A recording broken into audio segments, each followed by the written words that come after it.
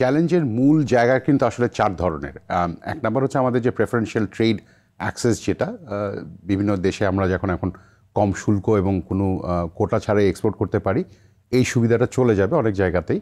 তাতে on an average আমাদের যে টোটাল এক্সপোর্ট আছে তাতে আমরা আশঙ্কা করছি যে 6 থেকে 12% মতো আমাদের কস্ট বেড়ে যাবে। সো সেটা হলে আসলে একটা বড় চাপ পড়বে, যে তাতে আমাদের ডিমান্ড কমে যেতে পারে, ভলিউম কমে যেতে পারে। সেকেন্ড যে মেজর এরিয়াটা হচ্ছে সেটা হচ্ছে আমরা অনেক জায়গায় আমরা এখন এক ধরনের কাস্টমস ব্যারিয়ার এবং ট্যারিফ ব্যারিয়ার আমাদের দেশীয় পণ্যের জন্য ম্যানুফ্যাকচারিং বিশেষ করে সেটার জন্য খুব এফেক্টিভ। শুধু যে ম্যানুফ্যাকচারিং মধ্যে ফার্মাসিউটিক্যালস আছে, এফএমসিজি প্রোডাক্টস আছে, এটার বাইরেও একটা বড় জিনিস হচ্ছে আপনার ফুড প্রসেসিং কিংবা এগ্রিকালচারাল প্রোডাক্টস। আমি একটু এই জায়গাটাতে একটু ব্যাখ্যা করা দরকার যে দেখুন, আমরা যদি কাস্টমস ডিউটি যদি কমিয়ে দেই তাহলে যেটা হবে, আমাদের এখন র ম্যাটেরিয়াল এবং ফিনিশ গুডসের মধ্যে একটা কাস্টমস ডিউটি ডিফারেন্সিয়াল থাকে, যেটা আসলে আমাদের যে অন্যান্য অনেক কস্ট সেটা অফসেট করার জন্য ব্যবহার করা হয়। খুব সহজভাবে যদি বলি যে আমরা যদি বিদেশ থেকে যখন সুতা আমদানি করি, সুতা আমদানি করতে গেলে আপনার বিদেশি সুতার উপরে একটা ডিউটি আছে, যেটা তুলার উপরে যে ডিউটি তার থেকে সামান্য বেশি। এই যে এই ডিফারেন্সটা, এটা কিন্তু আমাদের জন্য খুব জরুরি, কারণ আমাদের নিজস্ব যে সাপ্লাই চেইন সেখানে একটা বড় ধরনের ট্যাক্সেশন ইস্যু আছে। খুব সহজভাবে যদি আপনি দেখেন যে আমরা 22 টাকা কিউবিক মিটার গ্যাস, যেটা ইন্টারন্যাশনাল মার্কেটের হোলসেল প্রাইস, সেটা আমরা কিনি আসলে 42 টাকা কিউবিক মিটারে। সো এই যে প্রাইস ডিফারেন্সিয়ালটা যেটা তৈরি হয় এগেইন আবার বিভিন্ন ধরনের লেয়ার ট্যাক্সেশনের কারণে, সেইটা অফসেট করার জন্য কিন্তু এই ট্যারিফ প্রোটেকশনগুলো আমাদের জন্য খুব জরুরি দরকার।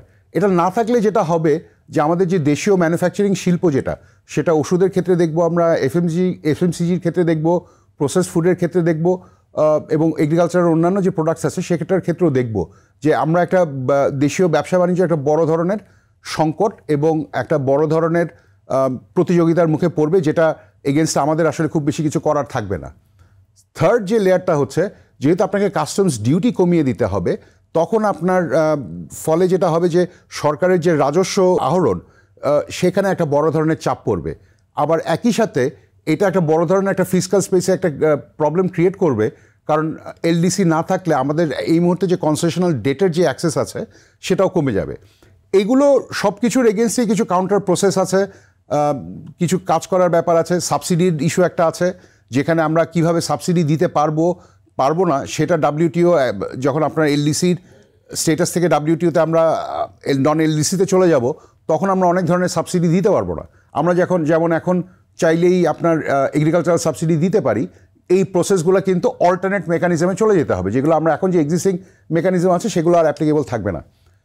গ্র্যাজুয়েশনের সবচেয়ে বড় যে লাভটা হওয়ার কথা, সেটা হচ্ছে যে আমাদের ইন্টারন্যাশনাল ক্যাপিটাল মার্কেটের অনেক জায়গায় আসলে এই মুহূর্তে আমাদের অ্যাক্সেস নেই, কারণ আমরা এলডিসি কিংবা লিস্ট ডেভেলপ নেশন, যেটা আমরা যখন ডেভেলপিং নেশন হিসেবে যদি ক্লাসিফাইড হই, তখন কিন্তু ইন্টারন্যাশনাল বন্ড মার্কেট থেকে শুরু করে ইন্টারন্যাশনাল লোন মার্কেট, এরকম অনেক জায়গা থেকে আমরা অ্যাক্সেস করতে পারবো।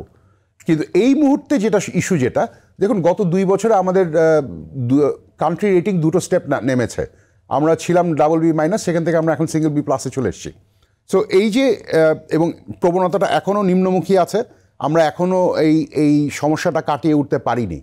তো এই মুহূর্তে আসলে আমরা আমাদের যে এলডিসি গ্র্যাজুয়েশনের যে সবচেয়ে বড় যে অ্যাডভান্টেজ যেটা হওয়ার কথা ছিল, যে ইন্টারন্যাশনাল ক্যাপিটাল মার্কেটের অ্যাক্সেস, সেটা আসলে আমরা ক্যাপিটালাইজ করতে পারবো না।